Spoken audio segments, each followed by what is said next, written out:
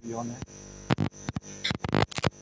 मैंने camera on off का वही एक बटन है इसमें ऊपर ही आ रही है आवाज, शायद चल गया हो।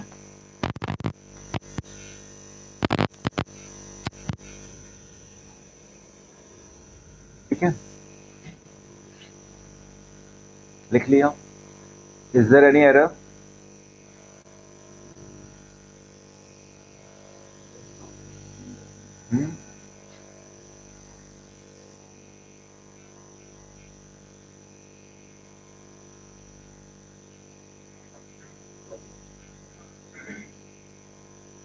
आर कर दें, सेपरेशन आर।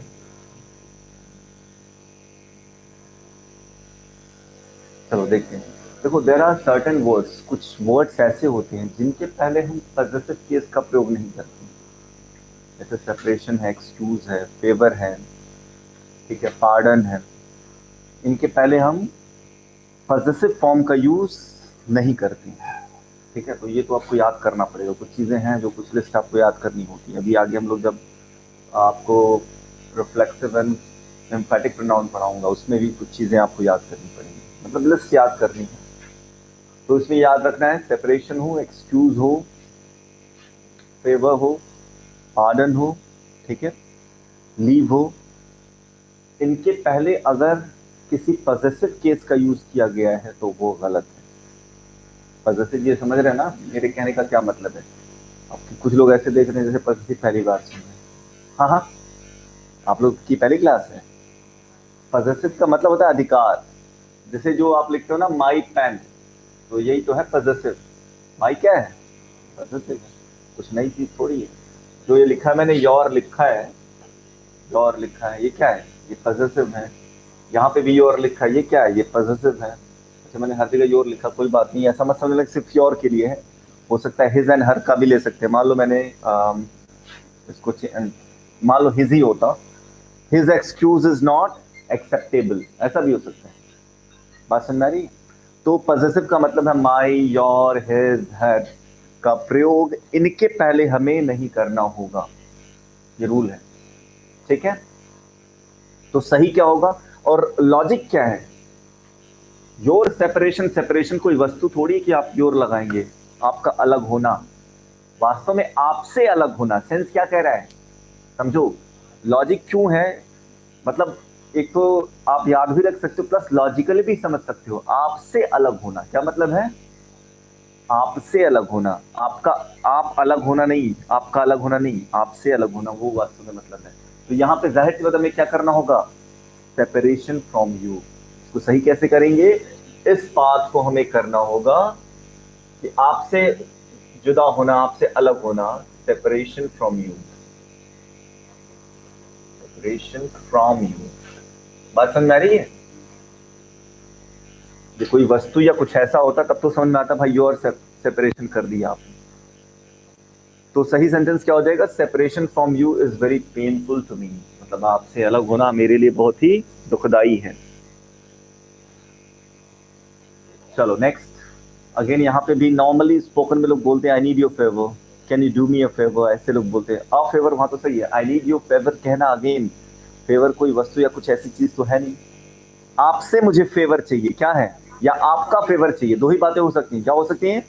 आपसे मुझे फेवर चाहिए या आपका फेवर चाहिए मेरे को। तो क्या होगा? या तो ऑफ लगाओ या फ्रॉम, दोनों सही है।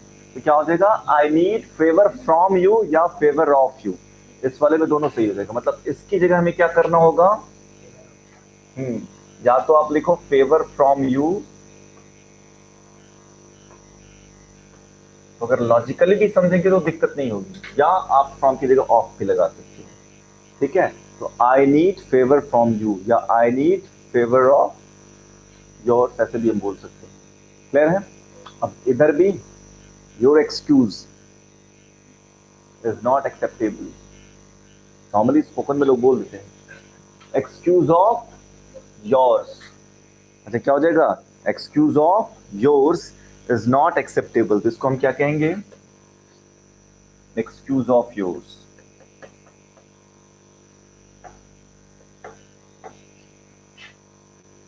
Excuse of yours is not acceptable.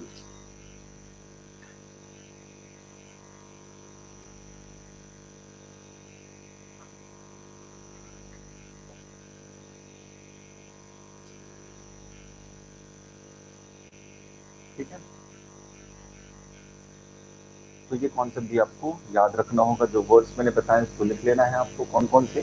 3 तो आपके सामने दिख रहे हैं, उसमें 2 और ऐड कर देना, लीव है, पार्डन है, ठीक है। तो इनके पहले पॉजेसिव केस का प्रयोग नहीं किया जाता। We do not use any possessive case before such words. क्या लिखना है, और उसके बाद उन वर्ड्स का नाम लिख लेना है। We do not use any possessive case before such words, कि कुछ शब्दों के पहले पॉजेसिव केस का प्रयोग नहीं किया जाता, ठीक है। तो आपके पास दोनों तरीका है, समझ के भी रट के भी, दोनों बता दिया मैंने। चलो आगे मूव करें फिर हम लोग। लिख लिया सबने?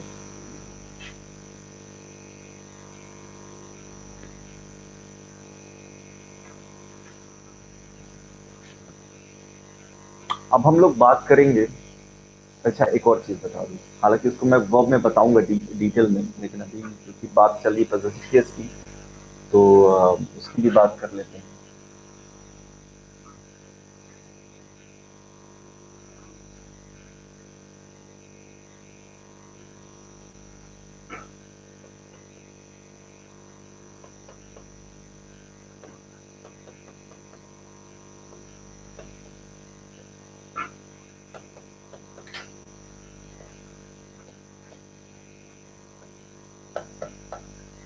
आई don't like him beating his servant. क्या लिखा मैंने? आई don't like him beating his servant, मतलब मुझे उसके मुझे उसका उसके सर्वेंट को मारना पसंद नहीं, ठीक है।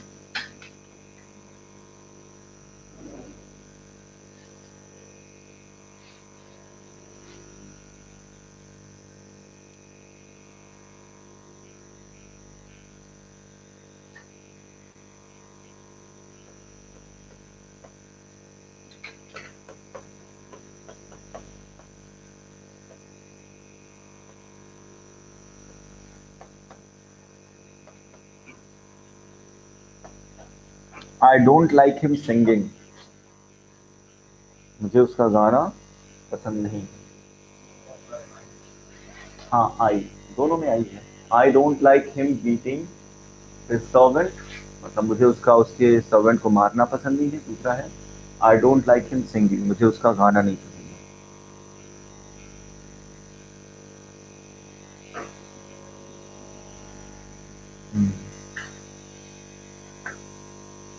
इसमें क्या एरर है?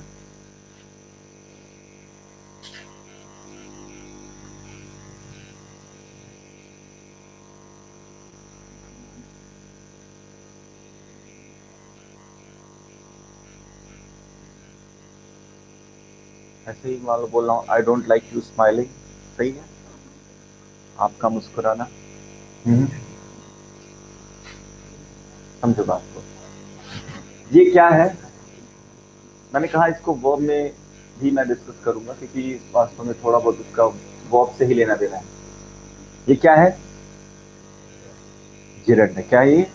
जिरंड का मतलब होता है जो वर्ब के आईएनजी फॉर्म के तौर पे आए और वो नाउन के तौर पे काम करे, मेन वर्ब के तौर पे नहीं। मेन वर्ब तो लाइक है यहाँ पे, मेन वर्ब क्या है यहाँ पे? लाइक है। ये आपका जिरंड के तौर पे काम कर रहे हैं। गाना, खाना, टहलना, जैसे ना walking is a good exercise, walking वहां पे क्या हो रहा है? जेरंड हो रहा है। मतलब एक ऐसा वर्ब जो नाउन के तौर पे काम करता हो और उसकी नॉर्मली जो एंडिंग होती है ना में होती है, जैसे मैंने पहले ही बताया आपको, जो हिंदी से लोग समझते हैं, टहलना, खाना पीना, सोना, स्लीपिंग, ठीक है। स्लीपिंग इज माई हॉबी, ऐसे बोल सकते हैं कि सोना मेरा शौक है। एनीवे, या I am fond of sleeping, जो भी है। No, I don't like singing by him नहीं है, ऐसी नहीं। अब देखो हिंदी से रिलेट नहीं करना है ना। हाँ, एनीवे चल समझते हैं। अब उसका गाना का मतलब क्या है यहाँ पे? यहाँ पे उसका गाना, जैसे आप बोलते हो ना कि मेरी किताब, मी बुक या माई बुक। अभी यहाँ पे आपने आंसर सही दे दिया। हाँ, आई डोंट लाइक, मैंने कह दिया he doesn't like me book. अभी ऐसे लिखा होता तो आपने तुरंत आंसर दे दिया होता। अगर ऐसे लिखा होता he doesn't like me book. अब प्रॉब्लम क्या हो रही है, आप लोग एक चीज रिलेट नहीं कर पा रहे हो। मैंने कहा कि ये चीज क्या है, जिरंड है, और जिरंड किस तौर पे काम करता है, नाउन के तौर पे। यहाँ पे भी तो वही चीज है, ये नाउन है। यहाँ पे क्या है, ये बुक नाउन है, लेकिन अब ये कह रहे हो सर नहीं ये नहीं सही लग रहा। सही कैसे होगा ये, he doesn't like me book कहना सही है? क्या करना होगा, माई। अभी आपने खुद ही आंसर दे दिया कि करना क्या होगा हमें, कि मी की जगह क्या करना होगा, माई। यहाँ पे आपको साफ साफ दिख रहा है कि बुक क्या है, नाउन है, और नाउन से पहले हमें एक पॉजेसिव केस की आवश्यकता पड़ती है, ऑब्जेक्टिव केस की आवश्यकता नहीं। तो इस वाले में इमेज क्लियर है, लेकिन वही चीज यहाँ पे लिखी गई है तो आप कंफ्यूज हो जा रहे हैं। बात को समझो, यही चीज यहाँ पे जब लिखी गई है तो आप कंफ्यूज हो जा रहे हो, क्योंकि इसको आप क्या मान ले रहे हो, वर्ब, और रिलेट कर नहीं पा रहे हो आप। ठीक है, तो ये भी वही चीज है। गाना, गाना यहाँ पे एक्टिविटी की बात नहीं हो रही है, उसका जो एक तरीके से कह लो तो वो अब्स्ट्रैक्ट नाउन तौर पे यूज हो रहा है। किस तौर पे यूज हो रहा है, अब्स्ट्रैक्ट नाउन, या हम कह सकते हैं इसको जिरंड। तो ये क्या हो गया, हिम की जगह हमें फिर क्या करना होगा, एग्जैक्टली यहाँ पे करना होगा his. I don't like his beating, उसका मारना, उसका गाना, उसकी किताब। देखो रिलेट करो, अगर हिंदी से भी रिलेट करेंगे तो हो जाएगा। अगर ये वाला तीसरा वाला आपको अगर एग्जाम्पल समझ में आ गया होगा तो आप आसानी से रिलेट कर लेंगे कि ऐसा क्यों है। नॉर्मली बुक्स में बस रूल्स लिख दिया जाता है, वो बच्चे रखते हैं और यहाँ पल्ले नहीं पड़ता। लेकिन अगर आप इसको थोड़ा सा रिलेट करोगे प्रैक्टिकल लाइफ से, कि जब हम इसको यहाँ पे, हमें अजीब सा लग रहा है मी बुक कहना, अब कोई कहे नहीं यार मी बुक तो बड़ा अजीब लग रहा है, ऐसे कैसे होगा, मी बुक क्यों हो सकता है, नाउन से पहले तो हमें क्या लगाना होगा, पॉसेसिव। तो यही चीज यहाँ पे भी ये नाउन के तौर पे काम हो रहा है। बात को समझो, ये जो बीटिंग है या सिंगिंग है, ये क्या किस तौर पे काम हो रहा है, नाउन, या यूं कह लें जिरंड। तो जिरंड से पहले किसका प्रयोग होगा, पॉसेसिव केस का, किसी ऑब्जेक्टिव केस का प्रयोग नहीं होगा। और इधर भी फिर क्या हो जाएगा, यहाँ भी हिज। ठीक है, तो आई don't like his singing, I don't like his beating his servant. Clear है। और ये वाले प्रॉब्लम, अब ये तीसरा वाला नहीं आएगा, तीसरा तो बड़ा सिंपल है, उसको तो लोग तुरंत समझ जाएंगे कि भाई उसमें क्या गलती है। तो जो प्रॉब्लम बनते हैं वो इससे बनती है। ठीक है, तो हम क्या लिख लेंगे, रूल की बात की जाए तो लिख लेंगे कि भाई जिरंड के पहले हमें पॉसेसिव केस का प्रयोग करना चाहिए। जिरंड के पहले हमें possessive, we must use a possessive case before a gerund, we must use a possessive case before a gerund। के हमें जिरंड के पहले, और जिरंड से बहुत ज्यादा कंफ्यूज नहीं होना है, आईएनजी फॉर्म में आए, नाउन के तौर पे काम करे। और नाउन पहचानना भी बताया था, जो क्या का आंसर करे वही। मुझे क्या नहीं पसंद है, खाना, गाना। यहाँ पे भी वही बात आ रही है, मुझे उसका गाना नहीं पसंद है, क्या नहीं पसंद है, उसका गाना। तो ये क्या हुआ, नाउन हुआ। ठीक है, मुझे उसका मारना पसंद नहीं है, क्या नहीं पसंद है, उसका मारना।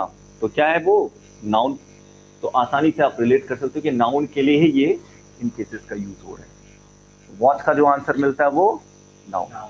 ठीक है, तो उसमें भी कोई कंफ्यूजन नहीं होती। बहुत सारे बच्चे सिर्फ नाम से घबरा जाते हैं, जिरंड, पार्टिसिपल, इन्फिनिटिव, ये क्या चीज, मतलब कौन सी बला आ गई। लेकिन घबराना नहीं है, समझना है। जिरंड मतलब नाउन जो वर्ब की आईएनजी फॉर्म में है। जैसे आप बोलते हैं ना, walking is a good exercise, smoking is injurious to health. Cigarette का पैकेट खरीदते होंगे आप लोग, लिखा होता होगा, खरीदते हैं, अभी तो कह रहे हैं हाँ।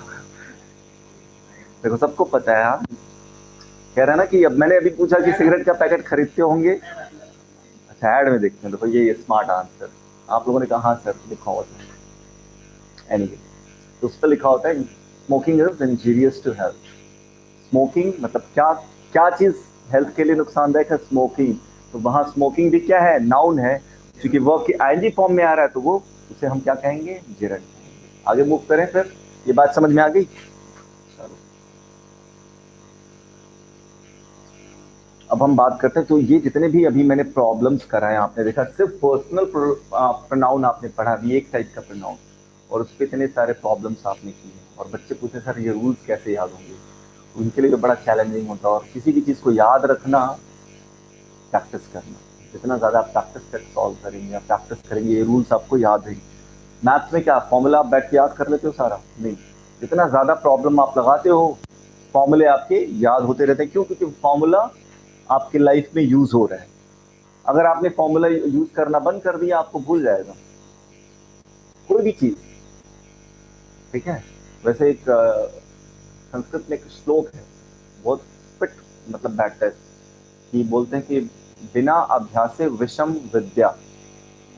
क्या मतलब हुआ? हाँ, जो विद्या होती है मतलब जो पढ़ा कुछ भी कोई भी चीज की बिना अभ्यास के, ठीक है, उस पर रस्ट लग जाता है, जंग लग जाता है ना, मतलब कि वो चीजें। हाँ हाँ। हम्म, क्या था? आई डोंट, क्यों नहीं हो सकता? क्योंकि वहां पे किसी पर्टिकुलर पर्सन की बात नहीं हो रही है। लेकिन हर वाले में दिक्कत क्या है कि हर का ऑब्जेक्टिव भी वही है, हर का पॉजिटिव भी वही है, तो वहां प्रॉब्लम कैसे क्रिएट होगा? जानबूझ के मुझे हिम लिखना पड़ा है। हर में क्या है, अगर मैंने आपको टेबल बताया होगा, देखो ही में क्या चलता है, ही, हिम, हिज। लेकिन हर में क्या होता है, शी, हर, और इधर भी हर। तो अगर मैं इसको मान के चलता तो फिर एरर कहां से आपको दिखता? अगर मान लो मैं यही लिखता, तो चूंकि दोनों सेम हो रहा है इसलिए वहां पे प्रॉब्लम नहीं, जानबूझ मुझे ये वाला यूज करना पड़ा। ठीक है, तो आई होप उनको आंसर मिल गया होगा कि हर इसलिए हम नहीं कर सकते, हर भी कर सकते हैं लेकिन वहां प्रॉब्लम फिर कोई एरर नहीं होता, क्योंकि हर का ऑब्जेक्टिव भी सेम होता है और पॉजिटिव भी। बात समझ आ रही? इसलिए मुझे जानबूझ के हिम वाला ही एग्जाम्पल लेना पड़ा। चलो, तो अब हम लोग बात करते हैं नेक्स्ट प्रोनाउन की तरफ मूव करते हैं, जिसको बोलते हैं हम लोग कंपाउंड पर्सनल प्रोनाउन। अच्छा, ज्यादातर जो बुक्स में लिखा होगा वो कंपाउंड पर्सनल, बच्चे को कंफ्यूज होते हैं, सर आपने ये बताया बुक में मिला ही नहीं। बुक में ज्यादातर ऐसे करके नहीं मिलेगा, कंपाउंड पर्सनल प्रोनाउन के तौर पे नहीं मिलेगा, क्योंकि इसके दो सब टाइप्स होते हैं, एक होता है रिफ्लेक्सिव और एक होता है इम्फेटिक।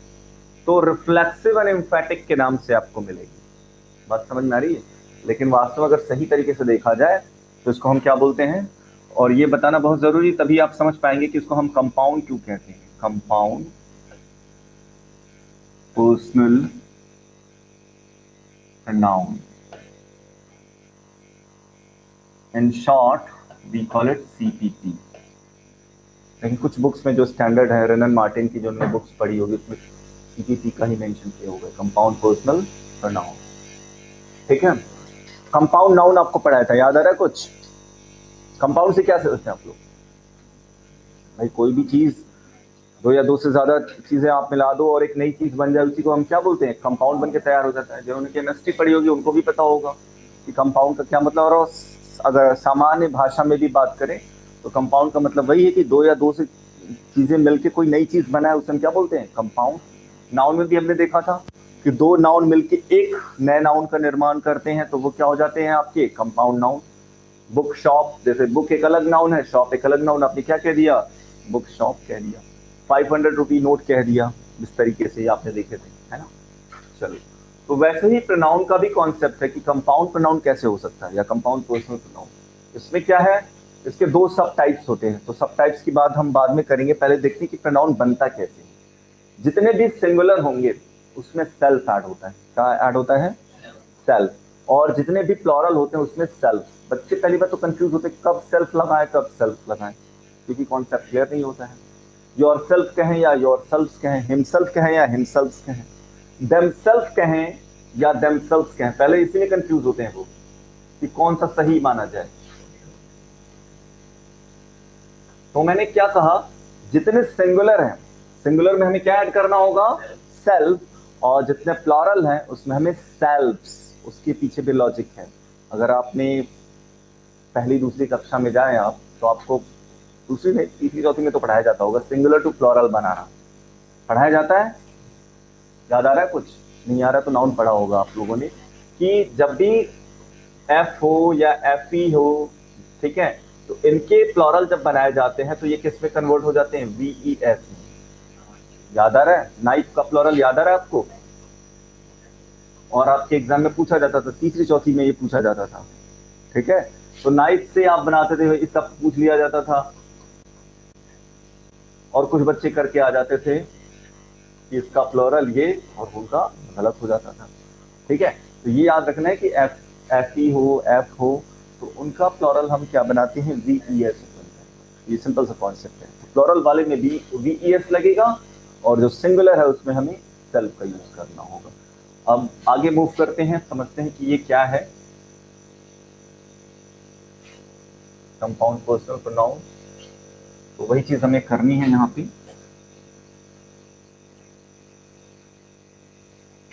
तो जितने भी सिंगुलर हैं हमें उसमें ऐड करना होगा सेल्फ। जैसे माई में आपने सेल्फ ऐड किया तो क्या बनेगा ये माई सेल्फ। अच्छा, इसमें कोई रूल नहीं है। अब जैसे अभी कुछ बच्चे कहेंगे सर हमेशा पॉजिटिव नहीं जोड़ेगा, ऐसा नहीं। अभी हिम वाले में देखना, तो माई में क्या आपने जोड़ा, फिर ऐसे हिम में जोड़ा, हिज सेल्फ नहीं होता कुछ भी, याद रहे। कई बार ये एग्जाम में ऐसे एरर भी दिए जाते हैं, हिम सेल्फ की जगह क्या करके दिया जाता है हिज सेल्फ। हिज सेल्फ कुछ नहीं होता, तो हाँ किस में जुड़ता है हिम सेल्फ। तो माई हिम सेल्फ हो गया, फिर ऐसे ही हर में भी सेल्फ ऐड होगा और ये बन जाएगा हर सेल्फ। एंड योर में भी सेल्फ ऐड होगा और ये हो जाएगा आपका योर सेल्फ। ठीक है, हाँ ऐसे ही इट में, इट सिंगुलर है तो इट में भी सेल्फ आप ऐड कर लें। अब हम प्लोरल की बात कर लेते हैं। प्लोरल की अगर बात की जाए, इस साइड में प्लोरल लिख रहा हूं, तो आर जो है इसमें आपने क्या यूज किया सेल्फ, क्योंकि ये प्लोरल है तो ये बनेगा आर सेल्फ। सॉरी, इसके पहले एक और लिखना था मुझे, क्योंकि यू जो होता है वो सिंगुलर भी होता है और प्लॉरल भी होता है। तो जब सिंगुलर के सेंस में होगा तब तो योर सेल्फ होगा, लेकिन जब आप प्लॉरल के सेंस में यूज करोगे तब क्या होगा, तब यहां इस पे भी प्रॉब्लम्स आते हैं। देखो सिर्फ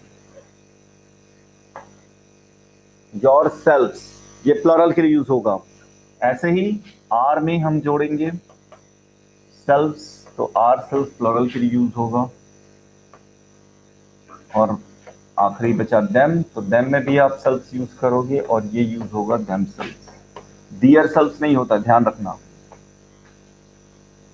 तो कभी कभी इन दोनों पे जानबूझ के वो, चूंकि ये थोड़े ये कैसे हैं जो पॉजिटिव वाले नहीं हैं, है ना, बाकी सारे किस कैसे हैं पॉजिटिव वाले, तो लोगों को लगता है कि शायद इसमें भी दियर सेल्फ या उसमें हिज सेल्फ होना चाहिए था, नहीं।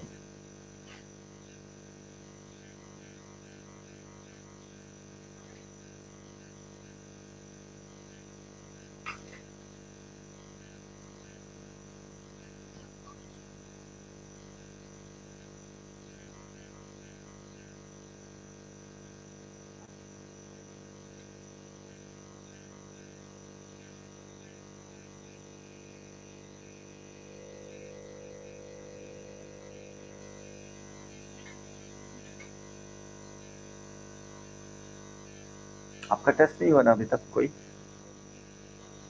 हो गया? इंग्लिश का नहीं हुआ होगा ना? हो गया?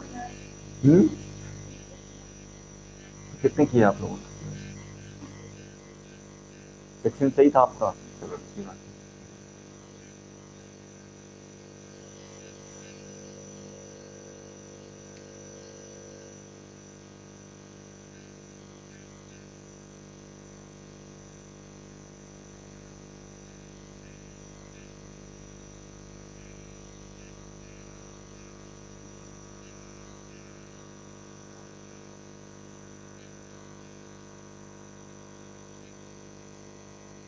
And what about reading? Reading की प्रैक्टिस कर रहे हैं आप लोग?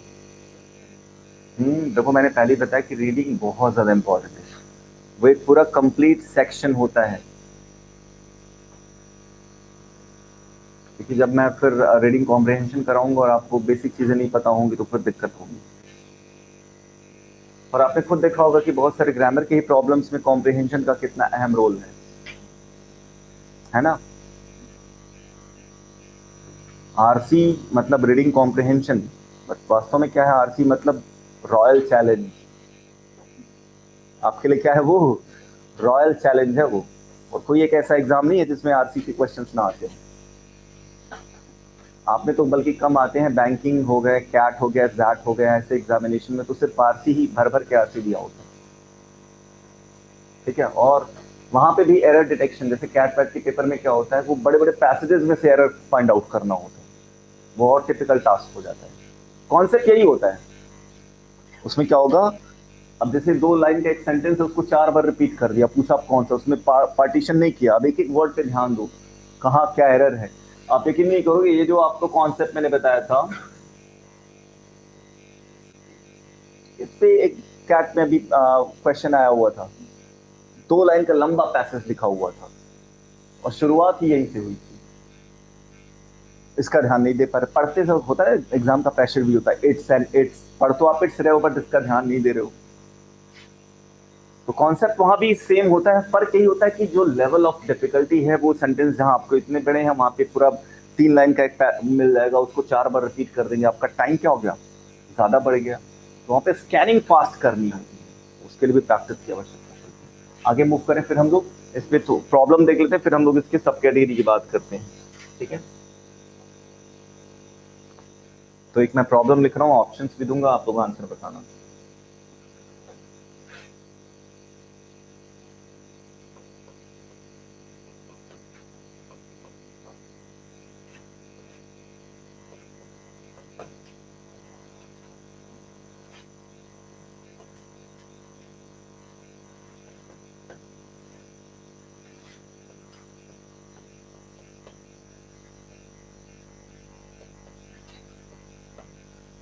The teacher said to Rohan, inverted comma में है, डू इट डैश। अभी ऑप्शन भी दूंगा, पहले दोनों प्रॉब्लम लिख लूं मैं।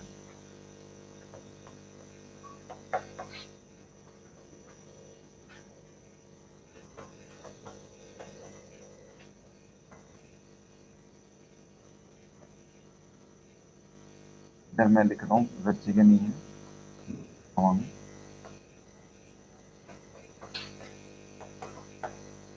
ठीक है, तो problem number 1 and problem number 2, इनके ऑप्शंस भी मैं दे देता हूं। दोनों के लिए सेम ऑप्शंस हैं, अब हो आंसर हो सकता है अलग हो या एक ही हो।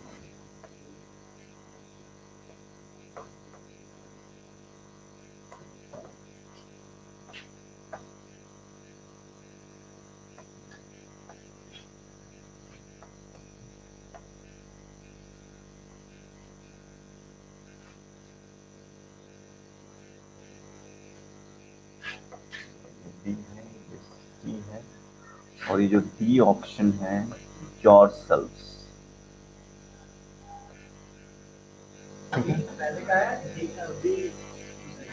तो ये दोनों क्वेश्चन के लिए 4 ऑप्शंस आपके सामने हैं। पहला क्वेश्चन है, the teacher said to Rohan do it, 4 options में जो फिल करना हो आपको। और दूसरे में, the teacher said to the students do it.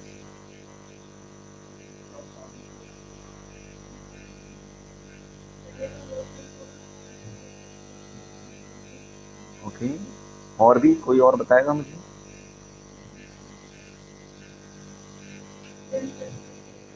दूसरे का themselves, और बाकी लोग आंसर दें। 2 आंसर आ गए अभी, योरसेल्फ और themselves। देखते हैं और भी आंसर आते रहेंगे। हाँ, बी और डी। अच्छा, और भी कोई बताया भाई? अभी इतने से काम कैसे चलेगा? ये नहीं कि एक ने बोल दिया, आप अपना सोच के बताओ।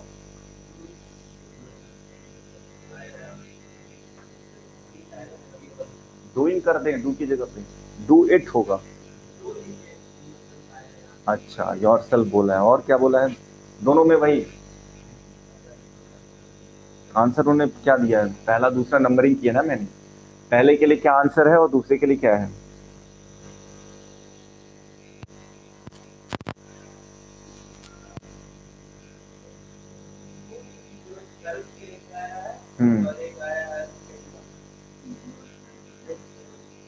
अच्छा, सेकंड में योर सेल्फ और ऊपर वाले में डू इट योर सेल्फ। बिल्कुल उल्टा कर दिया उन्होंने जिसने भी आंसर दिया। एनीवे, समझते हैं जरा। यहाँ पे एक बात और समझना कि कुछ लोगों को लगता है कि रोहन से बात हो रही तो थर्ड पर्सन की बात हो रही है। फिर सही है अगर ऐसा लिख रहा। तो देखो, अब क्या है कि इसमें क्या है, the teacher said to Rohan. कुछ लोगों को लगता होगा कि रोहन से किसी तीसरे व्यक्ति की बात हो रही होगी, तो या तो हम हिमसेल्फ यूज करें या देमसेल्व्स। लेकिन यहाँ पे साफ साफ कोटेशन में लिखा हुआ, मतलब डायरेक्ट नरेशन है। मतलब एक टीचर वहां पे स्पीकर है और रोहन क्या है वहां पे? लिसनर है, जिससे बात कही जा रही है। जैसे मैं आपसे अभी कहूं तो मैं आप लोगों से क्या कहूंगा? डू, मान लो किसी एक पर्टिकुलर मुझे से कहना, तो मैंने कहा do it your self, but आप सभी से कहना है तो मैं क्या कहूंगा, डू इट योर सेल्फ।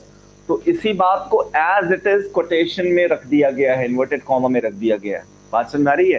तो यहाँ कोई थर्ड पर्सन का रोल नहीं है, तो जाहिर सी बात है यहाँ पे सिर्फ एक व्यक्ति की बात हो रही है, तो हम क्या कहेंगे, डू इट योर सेल्फ। ये पहले वाले का आंसर है। और यहाँ पे स्टूडेंट्स एक से ज्यादा की बात हो रही है। अभी मैंने बताया ना, टीचर ने रोहन से बात की, फिर टीचर ने सबसे बात की, तो बोला कि भाई आप इसे खुद करो, तो इस वाले में क्या होगा, फिर ये वाला आंसर होगा और ये दूसरे वाले का आंसर। ठीक है, समझ में आ गई बात? तो फर्क देखा कि your self and your self में क्या डिफरेंस है। अभी तक जितने प्रोनाउन थे वहां फर्क नहीं दिखा, क्योंकि अब आप सोच रहे हो सर हमेशा अभी सिंगुलर प्लूरल चलते आ रहे हैं चलते आ रहे हैं, यू सब्जेक्ट भी है यू ऑब्जेक्ट भी है, योर में भी नहीं फर्क दिखा होगा, योर्स में भी नहीं दिखा होगा, क्योंकि दोनों जगह सेम फॉर्म है। बट यहाँ पे फर्क है, यहाँ पे सिंगुलर प्लूरल का फर्क है, और वो आपने अभी देखा। तो सबने नोट डाउन कर लिया? अब हम इसके सब टाइप्स या जो सब डिविजन है उसकी बात करते हैं, जो आपके बुक्स में ज्यादातर जितनी भी बुक्स होती हैं उसमें उसी तरीके से दिया होता है, रिफ्लेक्सिव एंड एम्फैटिक प्रोनाउन का टाइप्स करके दिया होता है। तो चले आगे, फिर मूव कर दें इस तरह। इसके दो सब टाइप्स या सब डिविजन कह लो। एक चीज है, पहली चीज है रिफ्लेक्सिव प्रोनाउन,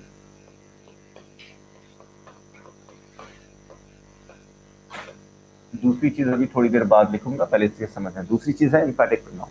तो रिफ्लेक्सिव प्रोनाउन, अच्छा रिफ्लेक्शन से क्या समझते हो? What do you mean by reflection? What do you mean by reflection? Science पढ़ी होगी ना आपने, क्या समझते हैं रिफ्लेक्शन से?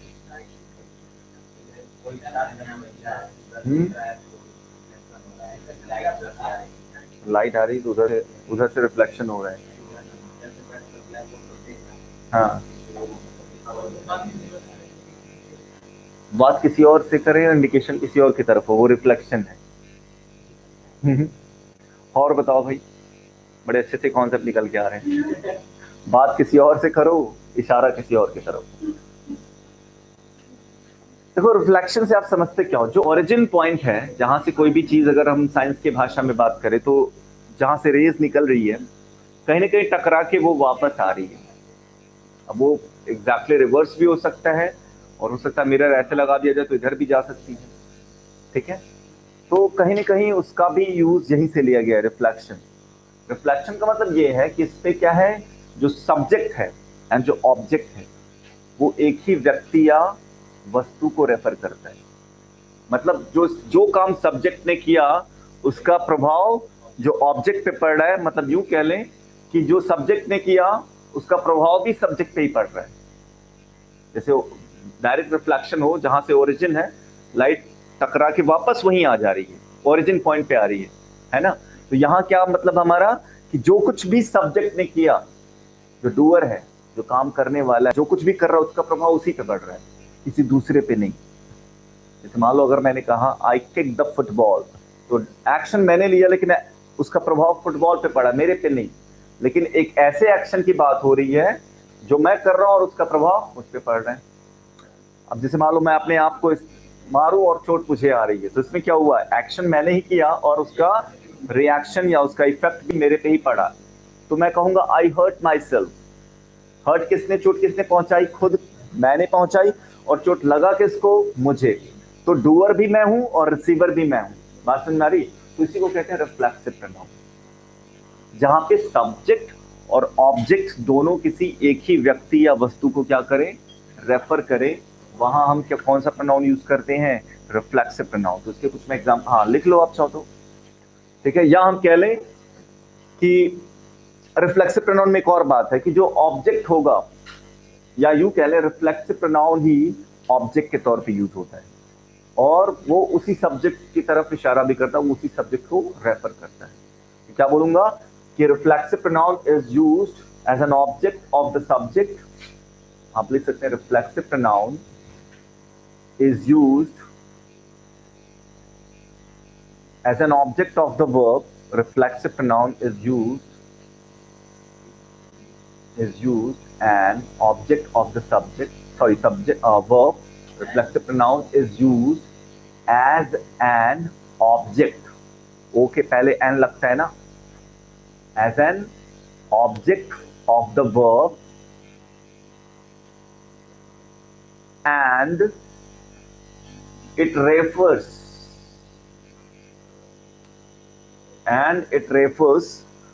to the same subject. क्या बोलेंगे? and it refers to the same subject. ठीक है, मतलब ये हुआ कि रिफ्लेक्सिव प्रोनाउन ऑब्जेक्ट के तौर पे यूज होता है और ये सेम सब्जेक्ट को क्या करता है? रेफर करता है। या यूं कह लें कि जो चीज सब्जेक्ट है वही चीज ऑब्जेक्ट है, दोनों एक ही व्यक्ति या वस्तु की बात कर रहे हैं। अब उसको हम एग्जाम्पल से समझते हैं। जैसे अभी मैंने कहा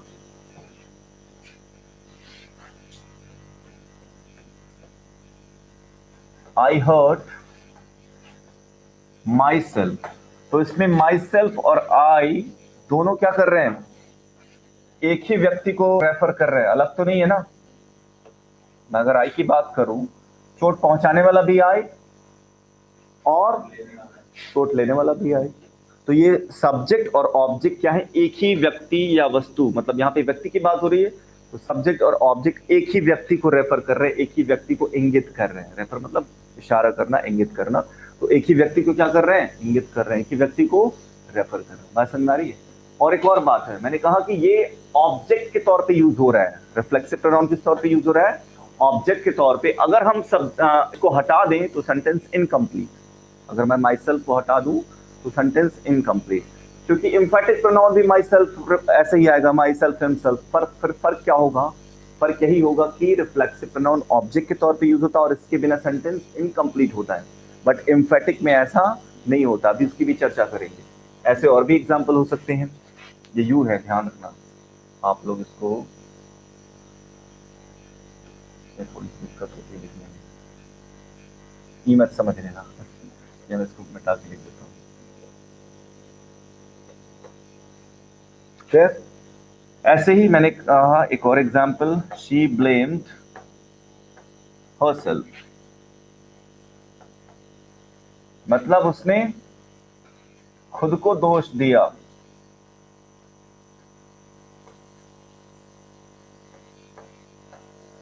ठीक है, दोषारोपण करने वाली भी वही और जिसको वो ब्लेम कर रही, वो खुद अपने आप को ब्लेम कर रही है, ब्लेम भी कर रही है और अपने को ही दोषी मान रही है।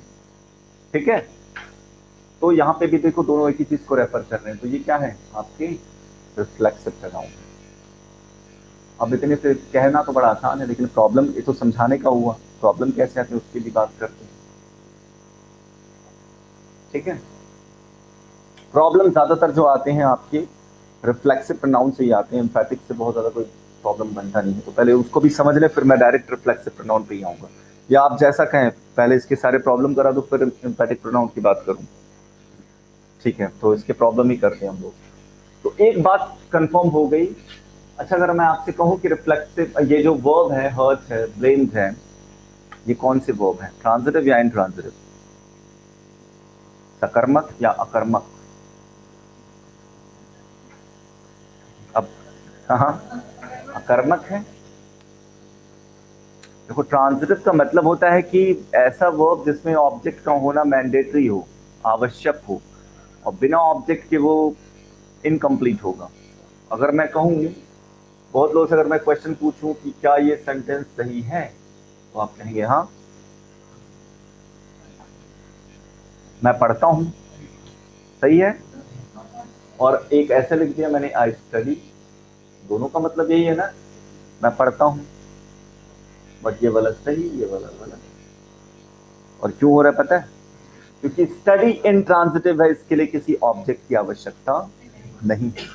आई स्टडी सिंपली, आप क्या बोल सकते हो? I study. किसी ने पूछा भाई कर क्या रहे थे? आई वॉज स्टडिंग, और आपने बोल दिया कि आई वॉज रीडिंग, तो फिर गलत हो जाएगा, क्योंकि आप सिर्फ उसका लिटरल हिंदी मतलब निकाल लेते। रीड मतलब पढ़ना, और आप उसको ट्रांसलेट करके बोलते तो मैं पढ़ाई कर रहा था, तो I was reading. Reading what? जब भी रीड आएगा तो रीड के साथ उसका ऑब्जेक्ट आना जरूरी है, ध्यान रहे। और इसी कॉन्सेप्ट पे आपसे एग्जाम में क्वेश्चंस पूछे जाते हैं। मतलब हो सकता है उसमें उसका ऑब्जेक्ट मिसिंग हो। अभी कुछ एग्जांपल दूंगा मैं आपको कि कुछ ऐसे वर्ब्स होते हैं जो हमेशा क्या होते हैं, ट्रांजिटिव होते हैं। और ट्रांजिटिव होंगे तो उसके लिए उसका ऑब्जेक्ट का होना जरूरी है।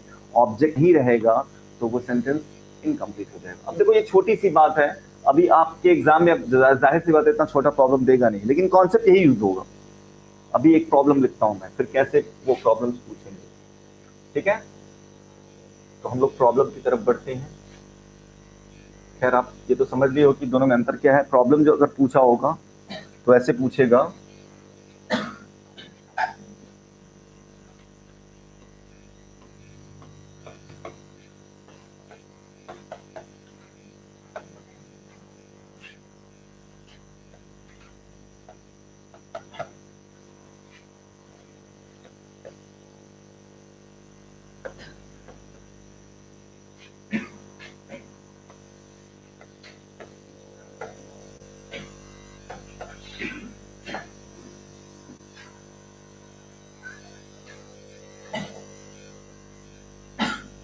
डिपार्ट,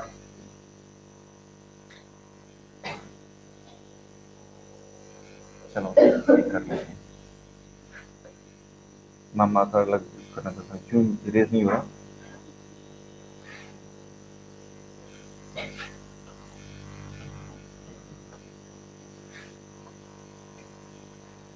अब देखो ये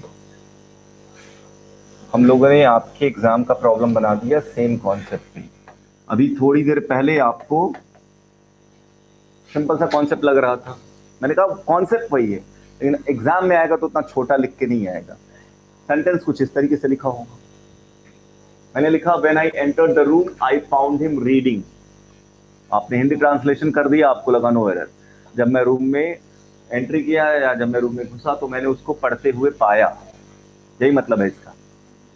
क्या पाया मैंने? मैंने उसको पढ़ते हुए पाया।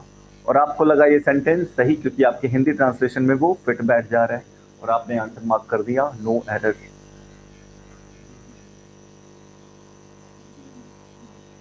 किसमें एरर है?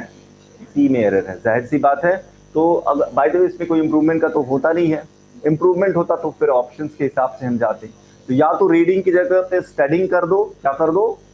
रीडिंग की जगह पे स्टडिंग, इसके सोल्यूशन की बात हो रही है। या फिर हम reading a book, reading a magazine, कुछ ना कुछ उसके साथ ऑब्जेक्ट जोड़ना पड़ेगा। क्या जोड़ना पड़ेगा? इसके साथ कुछ ना कुछ ऑब्जेक्ट जोड़ना पड़ेगा, तब सेंटेंस सही होगा। या रीडिंग की जगह पे आप स्टडिंग यूज कर दो। तो दोनों सोल्यूशन। तो आपने कैसे देखा कि एक छोटा सा कॉन्सेप्ट आपके एग्जाम में जब भी पूछा जाएगा तो इस तरीके से दिया जाएगा। और यहाँ पे फिर आपकी कॉम्प्रिहेंशन स्किल्स भी चेक की जाती है, क्या आपको इसका मतलब समझ में आ रहा है या नहीं। अब ये चीजें हो जाएंगी तो आपका दिमाग कई जगह दौड़ेगा ना कि कहीं ये तो गलत नहीं, वर्ब का फॉर्म सही है या गलत है। फिर आप सोचेंगे कि फिर कहीं आई के साथ फाउंड ये तो गलत नहीं दे दिया। तो बहुत सारी चीजें दिमाग में आती हैं। बात समझ में आ रही है? हिम की जगह हिस तो नहीं होना चाहिए था, क्योंकि फिर आप डायरेक्ट उस पर नहीं पहुंच पाते। इसीलिए लेवल क्या हो गया, डिफिकल्ट हो गया। सामने जब लिखा था आई रीड आई स्टडी तो वो तो आपके लिए बड़ा सिंपल था, आसानी से आपने गेस कर लिया। लेकिन इस तरह से क्वेश्चन होगा तो आपका थोड़ा सा टास्क जो होगा वो बढ़ जाएगा, आपको अलग अलग तरीके से सोचना पड़ेगा। ठीक है, तो आगे चले फिर। ये प्रॉब्लम डन है। अभी ये सिंपल वाला था, लेकिन अब इससे भी थोड़े डिफिकल्ट लेवल के प्रॉब्लम आते हैं, उसके लिए आपको वो लिस्ट याद रखनी पड़ेगी। अब यहाँ पे भी याद का मतलब ये है कि आपको पता है कि रीड क्या है, ट्रांजिटिव है। तो जब भी रीड आएगा उसके साथ कोई ना कोई ऑब्जेक्ट है, यही याद रखना है आपको कि कौन से वर्ब्स ट्रांजिटिव हैं और उनके बाद ऑब्जेक्ट का होना जरूरी है। चले, जिसपे एसएससी ने ज्यादा, जिसपे सबसे ज्यादा क्वेश्चन पूछा उसकी भी बात करते हैं।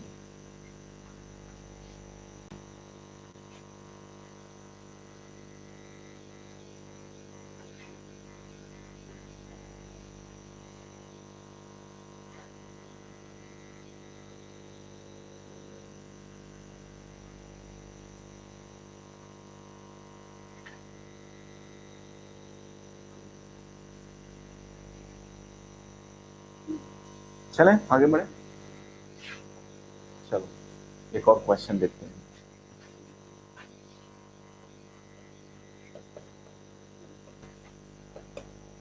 टाइम हो गया? अच्छा चलो एक लास्ट क्वेश्चन देख लेते हैं फिर। समय कैसे गुजर जाता पता नहीं लगता। Last night I went to a party. मुझे समय का नहीं पता लगता, मैं घड़ी की तरफ देखता भी नहीं। आपके एक्सप्रेशन से पता लग जाता है कि टाइम हो गया। Last night I went to a party.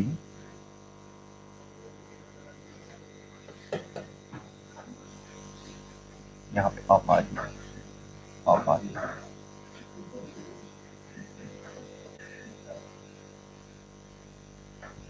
Last night I went to a party and I enjoyed there a lot. या ऐसे लिखना, I enjoyed at the party a lot. ये सेंटेंस है आपका लास्ट नाइट। तो देखो आपके लेवल के हिसाब से ही चल रहा हूँ। लेवल के हिसाब से मतलब जो आपके एग्जामिनेशन का जो स्टैंडर्ड है उसी के हिसाब से, वरना छोटा सेंटेंस लिख के भी काम चला सकते थे हम लोग। Last night I went to a party and I enjoyed at the party a lot. मतलब कल रात मैं एक पार्टी में गया था और पार्टी में मैंने बहुत एंजॉय किया।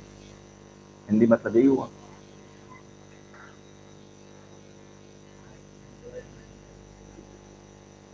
I enjoyed my self. Very good, सही बोला इन्होंने।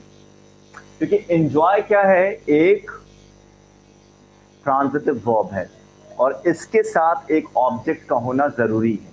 तो इसके दो पॉसिबल आंसर हैं। या तो आपको मतलब अगर मैं कहना चाहूं, या तो मैं ऐसे कहूं आई एंजॉयड द पार्टी, या तो मैं एट हटा दूं तब भी सेंटेंस सही हो जाएगा। क्या हो जाएगा? एट को हटा दूं तब भी मेरा सेंटेंस सही, क्योंकि एंजॉय को उसका ऑब्जेक्ट मिल जाएगा और उसका ऑब्जेक्ट क्या बन जाएगा? पार्टी। कि मैंने पार्टी को एंजॉय किया। क्या हो जाएगा? I enjoyed the party. या थोड़ा अगर आप टेढ़ा मेढ़ा आंसर चाहते हो तो इसके लिए एक और चीज कर सकते हो, I enjoyed my self eight the party. मतलब घुमा फिरा के राउंड अबाउट बात करना। बीटिंग अबाउट द बुश एक बहुत बढ़िया इडियम्स होता है जिसका मतलब क्या होता है? घुमा फिरा के बात करना। जैसे आपसे कोई इधर उधर की गोल गोल बातें कर रहा है तो आप कहेंगे don't beat about the bush, come to the point. क्या बोलते हैं उसको हम? Don't beat about the